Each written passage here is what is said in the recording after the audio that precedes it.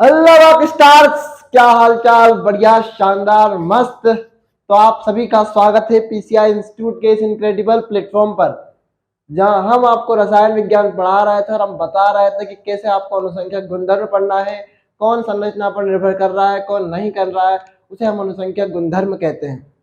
सब याद है आपको, सब पता है आपको। तो मुझे उम्मीद है कि आप सब पुराना लेक्चर देख के आए होंगे। पुराने लेक्चर में आपने देखा होगा कैसे हमने एक सवाल किया था कि जिसमें आंशिक दाब इतना होता है और हेनरी के नियम द्वारा उसको सिद्ध भी किया था कि हाँ भाई इतना मान आना चाहिए। सही बात है, सच बात है। आप शायद पढ़ते नहीं होंगे लेकिन हम पढ़ के जरूर आते हैं, क्योंकि हमारा धर्म है एक बार आपको पढ़ाना। उस धर्म को हम पूरा कर रहे हैं। ठीक है, तो पूरी सीरीज पीसीआई इंस्टीट्यूट ने चला रखी है पूरे सब्जेक्ट्स के लिए। आप चाहो हम फिजिक्स के लिए जल्दी फैकल्टी ढूंढ लेंगे। और बहुत अच्छा लग रहा है आप देखकर, आपका कि सपोर्ट बहुत शानदार है अभी तक। ठीक है, तो आप सभी स्टूडेंट पेन कॉपी और बुक लेके तैयार हो जाइए। बहुत जल्द अब हम पढ़ाई स्टार्ट करेंगे। पढ़ाई स्टार्ट करने, देखिए एक चीज ये है कि हम जब तक डिसिप्लिन लेक्चर नहीं देखेंगे तब तक कोई मतलब नहीं है।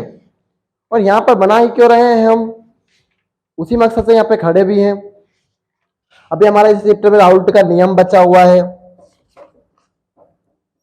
तो अगली हेडिंग है भाई हमारी अनुसंख्यक गुणधर्मों में वाष्प दाब का आपेक्षिक अवनमन। क्या है हेडिंग भाई? वाष्प दाब का आपेक्षिक अवनमन। क्लासेस डेली आ रही हैं, कभी बायोलॉजी की आ रही है तो कभी केमिस्ट्री की आ रही है। और इसका एक ही कारण है कि समय मुझे पूरा ना मिल पाने के कारण, समय मुझे पूरा नहीं मिल पाता, इस कारण से कभी कभी मैं बायोलॉजी और केमिस्ट्री की क्लास को रिकॉर्ड नहीं कर पाता हूँ। ठीक है, अब पूरे आज 1 घंटे की क्लास रहेगी, कोई बड़ी बात नहीं है। और जाना भी हो सकती है, उम्मीद है। क्या छुट्टी है मेरी, तो अब देख ही पा रहे होंगे अब तो। फिर अगली हेडिंग है हमारी भाई क्या? वाष्प दाब का आपेक्षिक अवनमन। डाली हेडिंग अपनी कॉपी में, वाष्प दाब का आपेक्षिक अवनमन।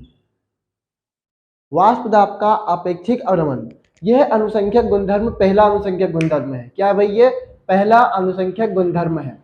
1 मिनट, थोड़ा सा मैं आपसे 1 मिनट लेना चाहूंगा भाई।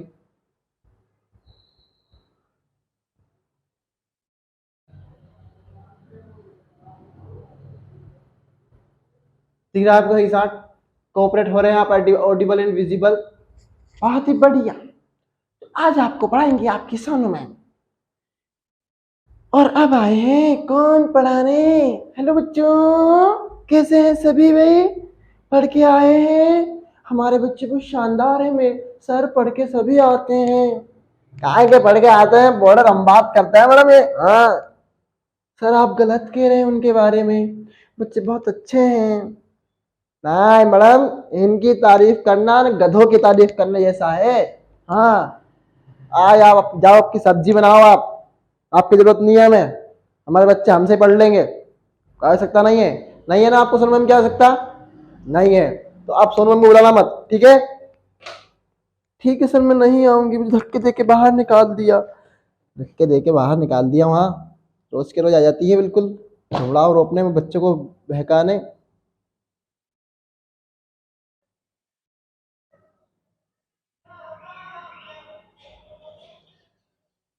लिखो भाई इसमें,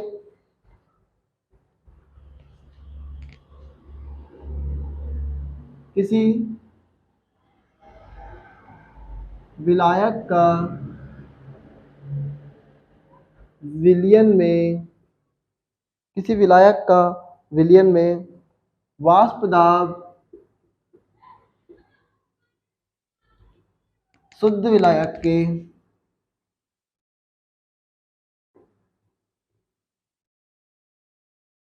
शुद्ध विलायक, ये विलायक है, ठीक है भाई, मैं लिख देता हूं तो आप रो देंगे फिर वापस। शुद्ध विलायक के वाष्प दाब से, शुद्ध विलायक के वाष्प दाब से कम होता है। देखो, किसी विलायक का विलयन में वाष्प दाब शुद्ध विलायक के वाष्प दाब से कम होता है। अब है वाष्प दाब का अवनमन, कणों के सांद्रण पर निर्भर करता है। लिखना है इसको भाई, वाष्प दाब का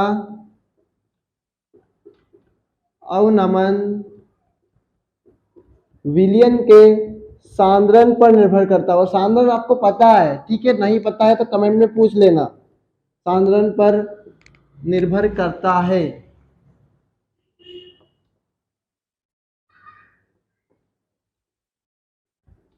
निर्भर करता है, ना कि उसकी प्रकृति पर।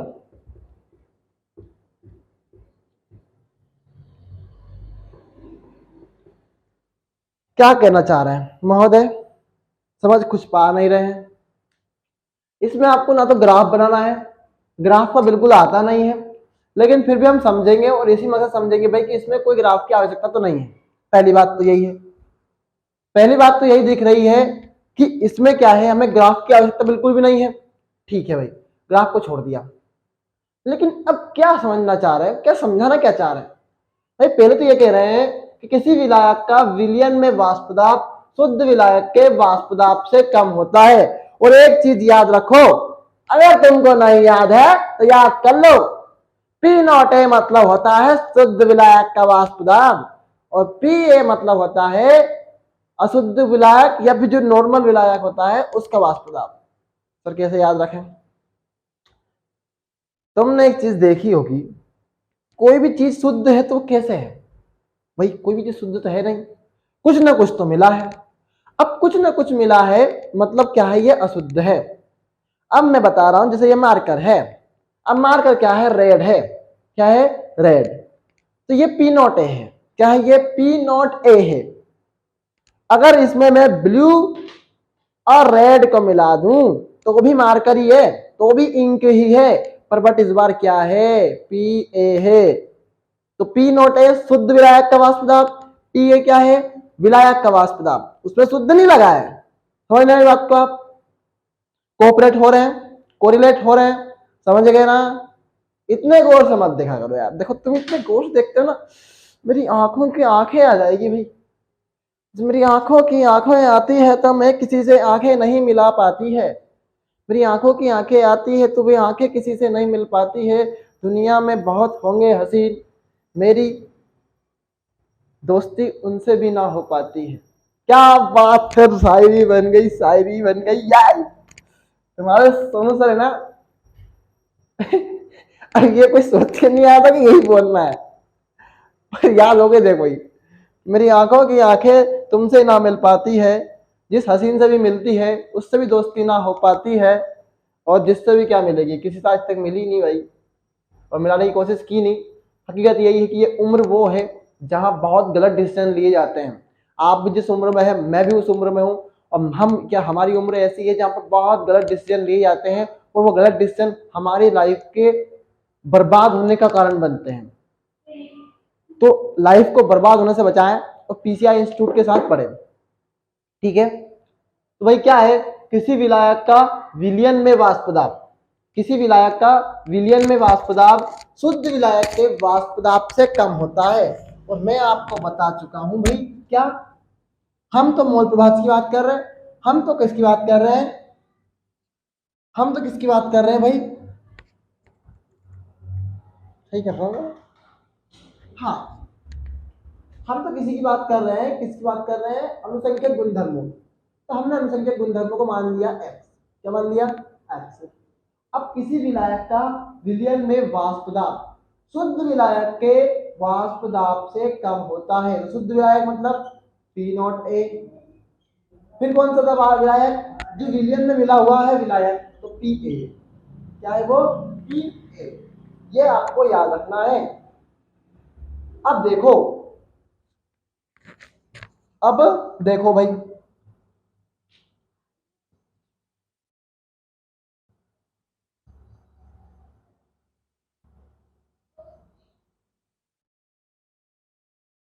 अब एक चीज याद रखना, एक चीज क्या याद रखना कि भाई विलायक का मोल प्रभाज विलायक सॉरी विलायक का मोल प्रभाज, विलायक के मोल, शुद्ध विलायक के वाष्प।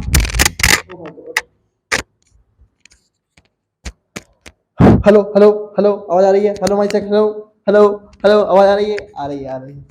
अब क्या कह रहे हैं कि भाई क्या लग जावे, कह रहे हैं ये भाई, ऐसा कह रहे हैं कि भाई क्या हुआ हमारा जो आपका कौन है पी, कौन है पी, कौन सा पी? अशुद्ध विलायक का वाष्प किसके समानुपाती हो रहा है भाई? मोल प्रभाज के। किसके? मोल प्रभाज के। तो इसको छोड़ो, ये तो जानना, आप अगर इसको पढ़ेंगे तो आप दिमाग में बिल्कुल कंफ्यूज कर जाएंगे। तो बस आपको इतना ही याद रखना है, किसी विलायक का विलयन में वाष्प दाब शुद्ध विलायक के वाष्प दाब से कम होता है। वाष्प दाब का अवनमन विलयन के विसांदन पर निर्भर नहीं करता, वो कितना घुल रहा है इस पर डिपेंडेंट नहीं करता है, उसकी प्रकृति पर निर्भर करता है कि भाई वो कैसा है, जो उसको घोल सकता है नहीं घोल सकता है, इसकी बात है। ठीक है, तो नोट करिए, इतना इतना नोट कर लें, इतना नोट करो। तो लग रहा है तुम्हें क्वालिटी में प्रॉब्लम होगी यार थोड़ी बहुत आज।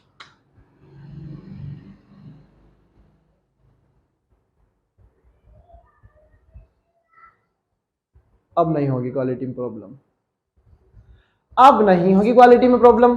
क्यों?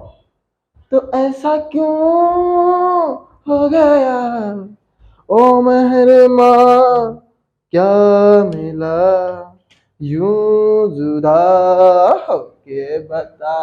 हाँ हाँ बताएंगे, बिल्कुल बताएंगे, टेंशन का हालत है भाई, टेंशन तो लेने का नहीं। बढ़ा दे इसको, बढ़ा दे भाई इसको। ओ चिट्टिया चांद के पार चलो, अभी तो चांद पे जमाने में नहीं जा रहा है, तो चांद के कैसे पार जाऊं।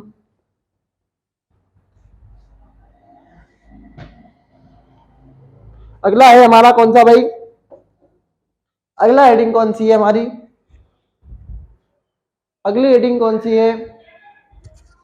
अगला गुणधर्म कौन सा है? क्वथनांक का उन्नयन। इसमें ग्राफ आता है, इसमें क्या आता है? ग्राफ आता है। लेकिन अब एक चीज याद रखो भाई, थोड़ा सा यहां समझाना पड़ेगा भाई। अभी तो वाष्प दाब का अपेक्षिक अवनमन ही चलेगा भाई, सब याद है तो यही है।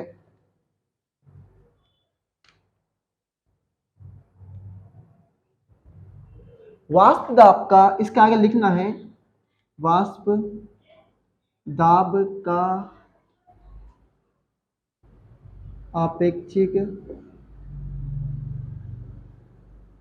अवनमन तथा आणविक द्रव्यमान में संबंध बताओ भाई।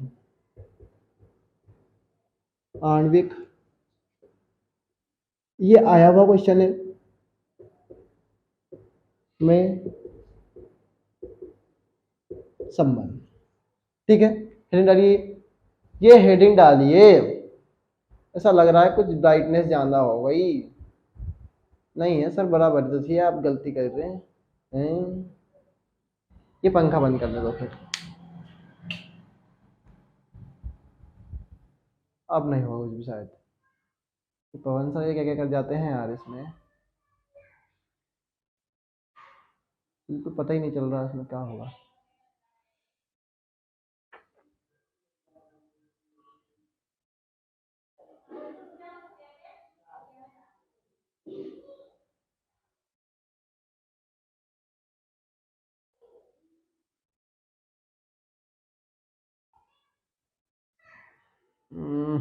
क्या करें, कुछ समझ नहीं आ रहा है।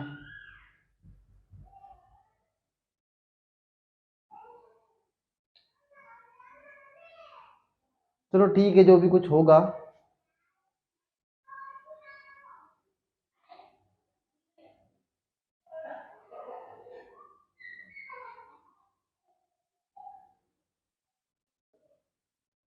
ठीक है, जो कुछ भी होगा देखेंगे वो तो अपन उसको तो, बट यहाँ समस्या है, समस्या का समाधान भी है।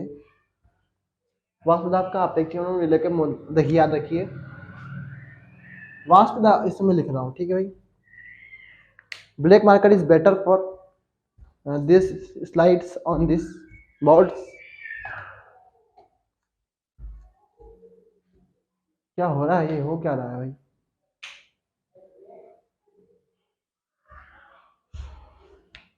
हाँ, वाष्प दाब का आपेक्षिक अवनमन विलय के मोल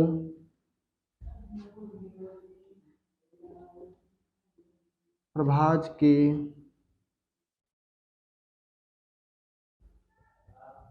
समानुपाती होता है।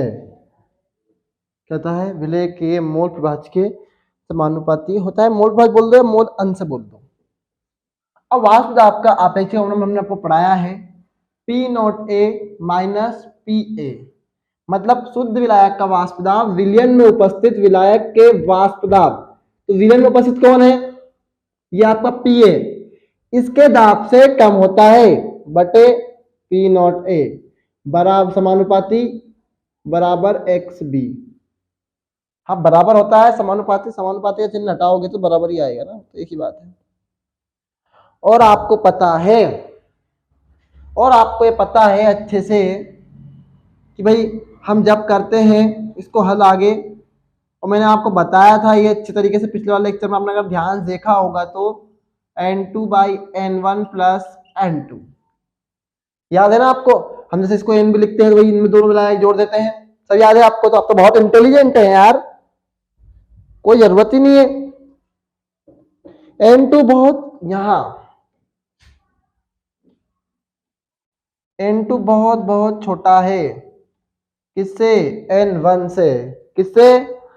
n1 से। अतः n2 को क्या करेंगे अपन? छोड़ देंगे। क्या करेंगे? n2 को अपन छोड़ देंगे। क्या कर देंगे भाई? छोड़ देंगे। ठीक है, तो भाई क्या करो, आगे बढ़ो।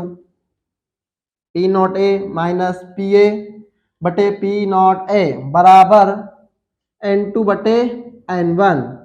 अब याद रखना, आपको एक कहानी याद होना चाहिए कि जब हम किसी, मान लो मैंने बताया था आपको n बराबर w बटे m, मतलब मोलों की संख्या। तो अगर n2 के लिए निकाल रहा हूं तो बताओ क्या आएगा? w2 बटे m2। n1 के लिए निकाल रहा हूं तो क्या आएगा भाई? w1 बटे m1। ये मान रख दो भाई, ये मान क्या रख दो? यहां पर रखो।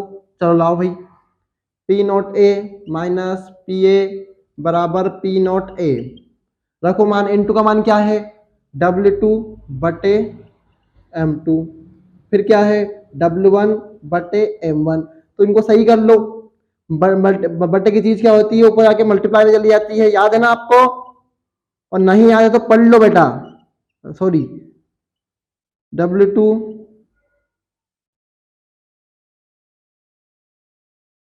बटे m2 मल्टीप्लाई m1 बटे w1। सही है ना? बिल्कुल सही, यही है भाई, w1 है। ठीक है, ये ठीक है। तो ये आपको शायद याद होंगे और आपने बहुत अच्छे से इनको पढ़ा होगा, और इसमें कोई लॉजिक नहीं है, कोई समझने वाला टॉपिक नहीं है। देखो कुछ भी नहीं करा है भाई, मैं एक बार फिर, अगर आप ऑनलाइन में हैं तो मैं फिर एक बार समझा रहा हूं। अगर आप ऑफलाइन में होते तो मैं इसको नहीं समझाता, क्योंकि आप समझ नहीं समझाते आप, क्योंकि मुझे वहां पता चल जाता ना कि आप कितने बड़े पानी में हैं।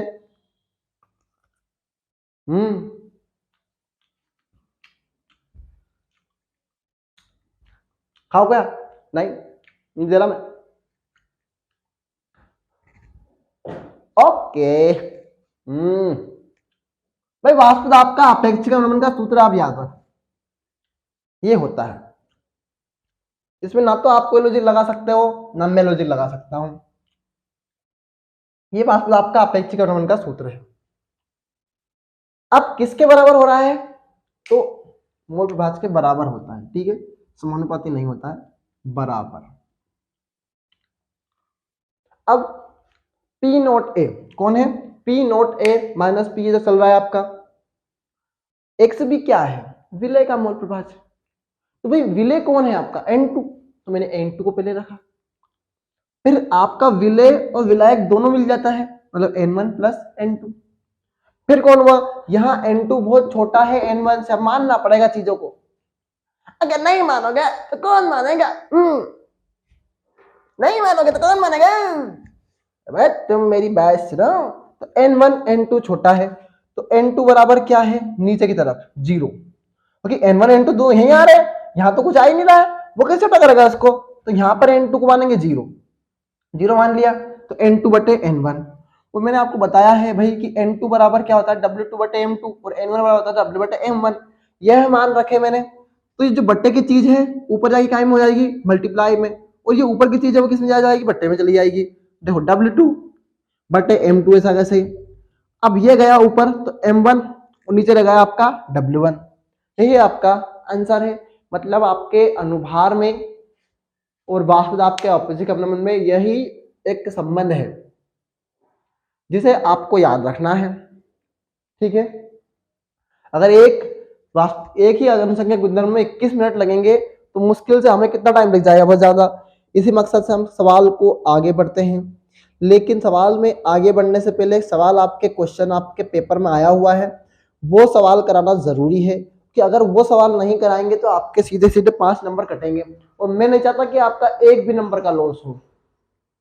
ठीक है, चश्मा अपनी जगह है, सोनू मैम अपनी जगह है, लेकिन आप जिससे भी समझना चाहेंगे हम उसे समझाएंगे। ठीक है, ठीक है भाई, मिटा दे इसको, मिटा दीजिए सर, सर मिटा दीजिए। एक कटोरी में फिर आपस 2 आलू आए, टकला बोला फिर खाने आया, टकला आया खाने, टकला बोला मैं खा लूं, खाते खाते थक गया। इस बार लाठी लेके नहीं भगा वो, सोच लो, वो लाठी के पास ही रुक गया, गया ही नहीं।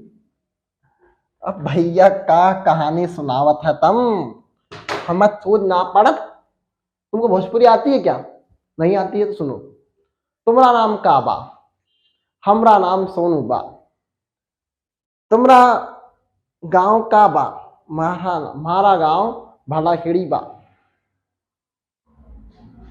बे का है बे, कौन सी भाषा बोल रही है बे। नहीं नहीं भाई, नहीं नहीं नहीं, वो तो ऐसे बोल रहा।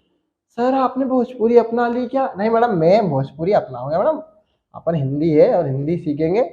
अब यहाँ हिंदी ढंग से आती नहीं बोलना, मुंह में से बोल आवे ना, लप्पू सा सचील है ये ये मीम से बहुत चल रहा है आज, बहुत कद चल रहा है। ठीक है भाई, अब भाई कह रहे हैं किसी ताप पर शुद्ध बेंजीन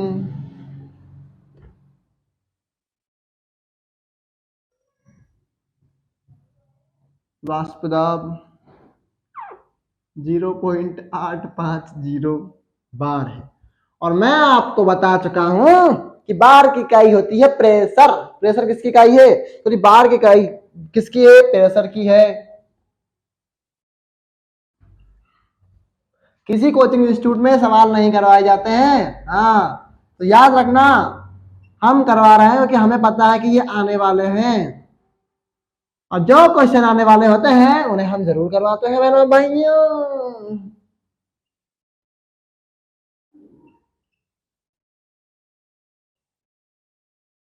तो किसी के साथ कभी कभी इतना इमोशनल मत होया करो।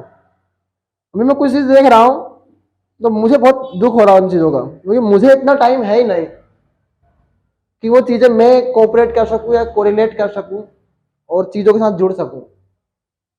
क्योंकि मुझे अगर इतना टाइम होता तो शायद मैं बहुत कुछ और कर सकता था, और बहुत सारी चीजें मेरे पास करने के लिए है। पर एक है कि मेरे पास अगर मैं मुश्किल से भी निकालूं तो मुश्किल से 1 घंटा निकलता है मेरे लिए, बस 1 घंटा खुद के लिए इस 24 घंटे में से। तो मेरे पास इतना टाइम नहीं है कि मैं किसी को टाइम दे सकूं, किसी से ये बात कर सकूं, वो बात कर सकूं, भाई उसको बता सकूं कि ये कर ले तू, ये कर ले तू, नहीं ये करना, नहीं। इतना टाइम अगर होता तो शायद आज खुद कहीं और बैठा होता, इतना टाइम नहीं है। तो हम जहां खड़े हैं, जिस प्लेटफॉर्म पर खड़े हैं, वहां इतना टाइम हमारे पास होता नहीं है। आज उम्र पढ़ाई की है, पढ़ाई करवाने की है, पढ़ाने की है, वही कर रहे हैं। फालतू में किसी से बात नहीं कर रहे हैं, किसी के पास बैठ नहीं रहे हैं, किसी के पास घूम नहीं रहे हैं। दुनिया में आगे बहुत मौका मिलेगा इन चीज़ों को करने के लिए, अभी तो रुको, क्लाइमेक्स भी बाकी है। तो है ना। तो जो भी चीजें हैं आप सब उस चीजों को बात मानिए अपने घर वालों की। ठोस को 39 नोट करते रहिए इसको, ठीक है। बेंजीन, बेंजीन यानी 78 ग्राम। बेंजीन का आणविक द्रव्यमान कितना होता है? 78 ग्राम होता है। कैसे होता है बता देंगे। में घोला गया है, क्या करा भैया? घोला गया है। प्राप्त विलयन का, प्राप्त विलयन का वाष्प दाब 0.845 बार है। अब मैं नहीं देखूंगा किसी स्टूडेंट ने लेक्चर देखे, किसी ने नहीं देखे, अब मुझे मतलब नहीं है। अब मतलब है मुझे सिर्फ पढ़ाई से, भाई कौन कर रहा है नहीं कर रहा है इससे इंपॉर्टेंट है, जरूरी है। ठोस का मोलर द्रव्यमान क्या है? प्यास लग रही है बहुत जोरों से, तो भाई हमें तो चीजें बहुत सारी पता भी हैं। अब प्यास लग रही है तो पानी चाहिए, वो पानी को भी एक चीज चाहिए, मुंह, और मुंह से भी आता है पानी, ठीक है, वो एक अलग बात है। लेकिन फिलहाल आज क्वालिटी के लिए भैया मैं माफी मांगता हूँ, क्वालिटी बिल्कुल बिगड़ गई है और आपको सही दिख ही नहीं रहा है। मैं कोशिश कर रहा हूँ फिर भी कि वो सही साट हो जाए।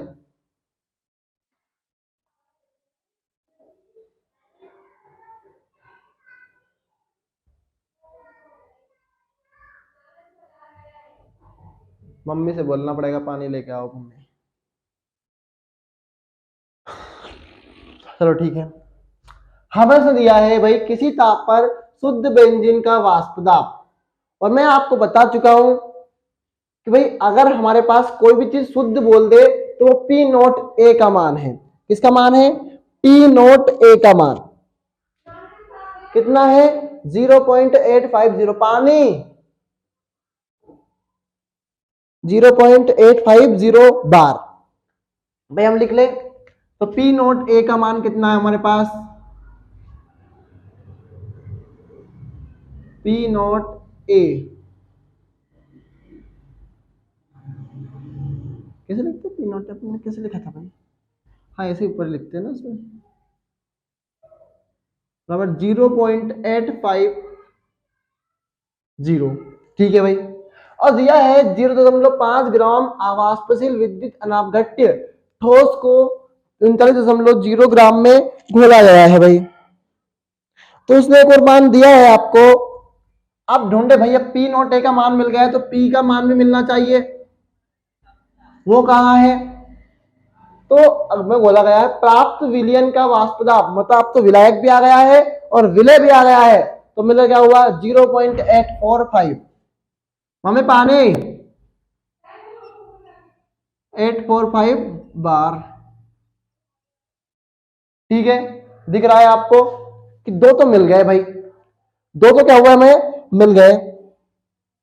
अब जब हमारे पास एक और चीज थी, M1 भी था, M2 भी था, W1 भी था, W2 भी था, ये चीज भी चाहिए हमें।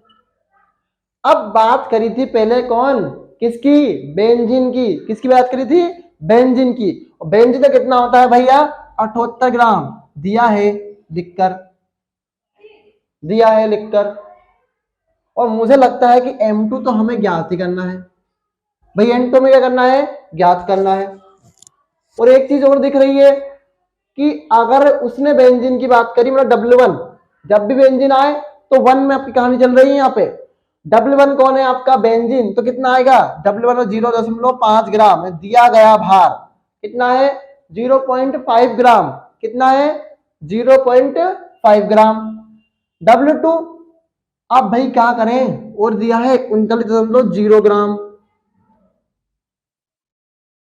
39.0 ग्राम।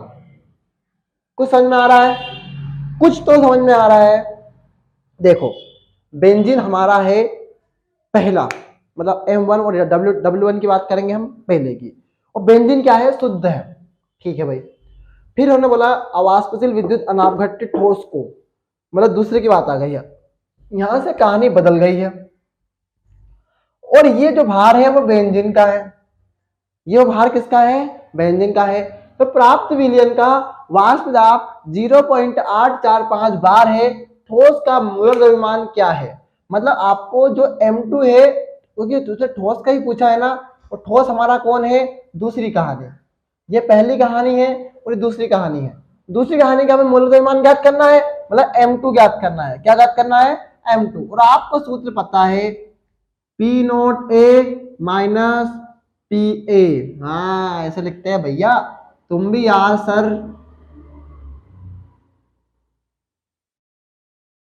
P A minus P not A बराबर W1 बटे, क्या आया था भाई, क्या आया था, W1 बटे M2 मल्टीप्लाई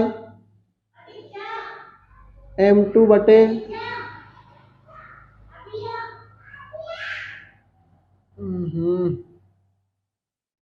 W1।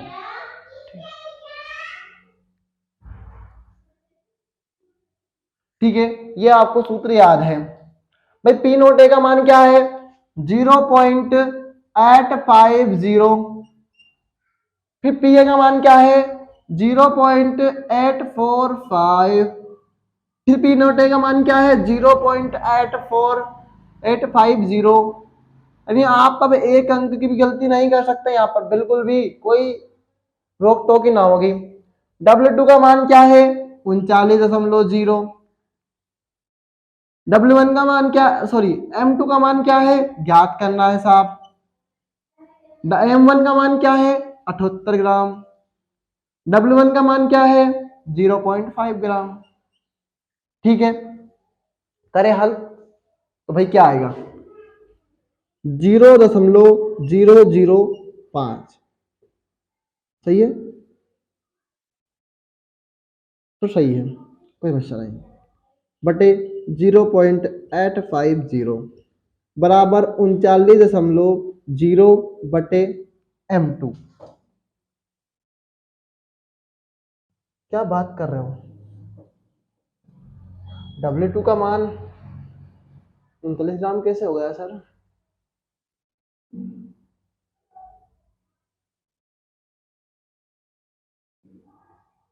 मैंने क्या गलती करी,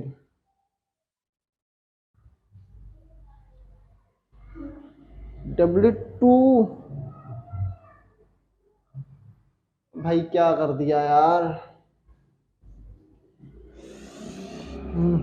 अब ये कह रहे हैं भैया M1 का मान तो 78 ग्राम ही है साहब।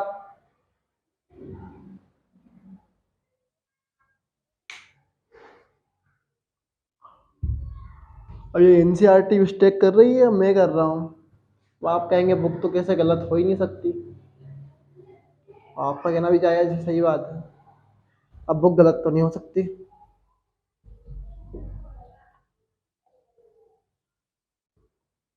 सोचने दो, कुछ करते हैं।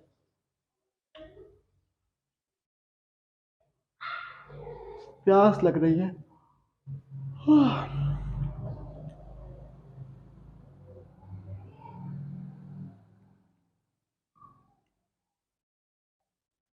M2 तो हमें ज्ञात करना है,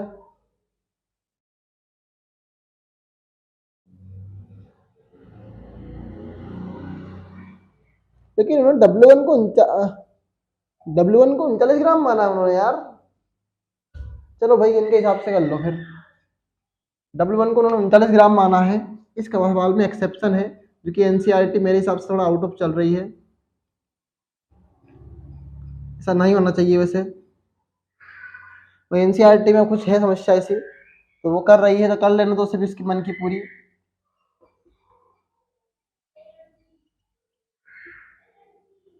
ठीक है, 39.0 ग्राम। ठीक है भाई, अगर हम मल्टीप्लाई करेंगे इसका, तो अगर हम मल्टीप्लाई करेंगे भाई, तो हमारा लगभग आएगा यही 0.005 m2 बराबर बराबर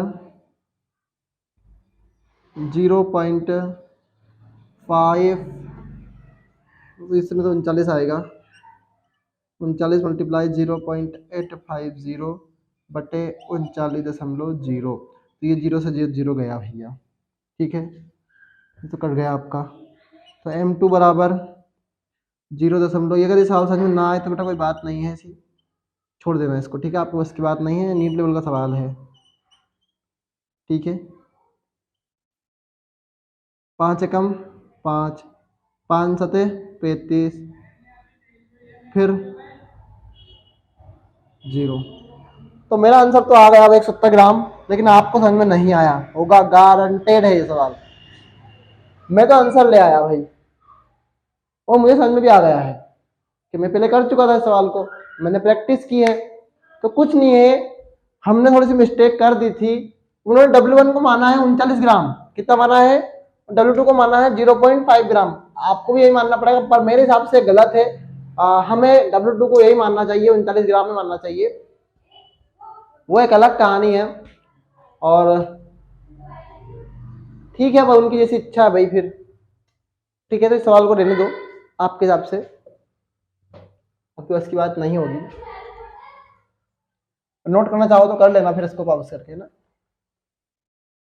और वैसे सब मेरे हिसाब से ठीक नहीं है भाई, तो गलत है, और पेपर में आ सकता है, इसकी कोई संभावना है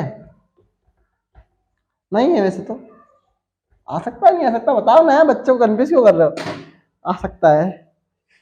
क्वथनांक का उन्नयन, अगली हेडिंग क्या है, क्वथनांक का उन्नयन, इसका ग्राफ आता है,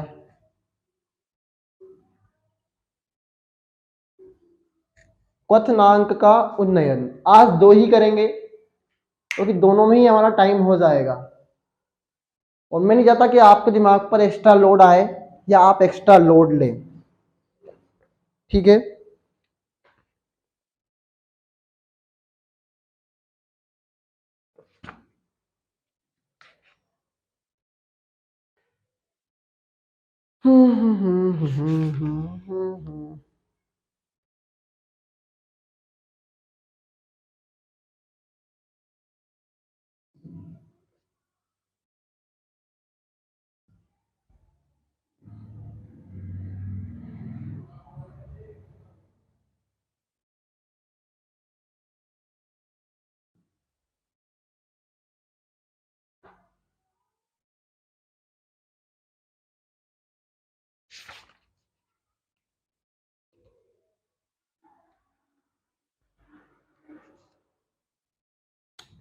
रहने देते हैं, मैंने इसको भी हाल फिलहाल रोक देते हैं, आज के लिए इतना ही, और पढ़ते रहिए, मुस्कुराते रहिए पीसीआई इंस्टीट्यूट के साथ। अभी 40 मिनट का लेक्चर है, मतलब 1 घंटे का लेक्चर दे दिया है भाई, ठीक है, कोई बड़ी बात नहीं है, क्योंकि ऑनलाइन में ऐसे होता है, और उम्मीद है कि हम लगभग दिसंबर के एंडिंग से पहले अपने कोर्स को कंप्लीट कर देंगे। हमारी स्ट्रेटजी है दिसंबर से पहले ही आपके कोर्स को कंप्लीट करके देना, कि मैं भी बहुत घबरा रहा हूँ इस वक्त यहाँ पर, और दिसंबर से पहले ही, बाद नहीं, पहले ही। क्या होगा भाई, उसके बाद हम क्या करेंगे, पेपर्स लगाएंगे, फिर क्या करेंगे भाई, हम मॉडल पेपर लगाएंगे, फिर हम परीक्षा अध्ययन से पढ़ेंगे, बोध पढ़ेंगे आपकी, फिर क्या होगा भाई आपके लिए, फिर क्या होगा भाई, आपके एग्जाम्स लेंगे, टेस्ट लेंगे आपके लिए, और ये ऑफलाइन क्लासेस में कंडक्ट कराए जाएंगे, जहां आप सभी स्टूडेंट इनवाइट रहेंगे, और उम्मीद है कि हम उस पर भी डाल देंगे इसको, यूट्यूब पर भी, तो कोई बड़ी बात नहीं है हमारे लिए, और हम कर सकते हैं इसको। दिसंबर से पहले ही कोर्स कंप्लीट कराना है, पेपर्स को लेना है भाई, पेपर लगाएंगे, मॉडल पेपर करवाएंगे, बहुत करवाएंगे, और लाइव क्लास भी चलाएंगे, बहुत जल्द लाइव क्लासेस होंगी, तो हम सभी स्टूडेंट को कनेक्टेड भी होना है। लाइट भी धोखा दे रही है, और लाइट इसलिए धोखा दे रही है कि वो मुझे लेक्चर्स को बंद करना है, मैं लेक्चर बंद करूंगा भाई, ये बहुत सही है, ये बहुत सही है, तो ठीक है, कोई बड़ी बात नहीं है। आप सभी स्टूडेंट्स पढ़ते रहिए, मुस्कुराते रहिए पीसीआई इंस्टीट्यूट के साथ, और फिर वही कहानी है, सबको सुनानी है, वो हसीना नहीं मानी तो उसको मनानी है, ये काम नहीं करना है। Thank you PCIans। इस आजकल के लड़कों में बहुत चल रहा है, किसी को देख के हंसना नहीं, कभी भी किसी को देखकर कुछ भी गाली गलौज करना नहीं, ठीक है। ये हमारे संस्कारों में आता है और इन संस्कारों को हम कभी ना भूलें, बशर्ते हम अपने घर वालों के साथ चलें। All the very best, thank you so much watching this video.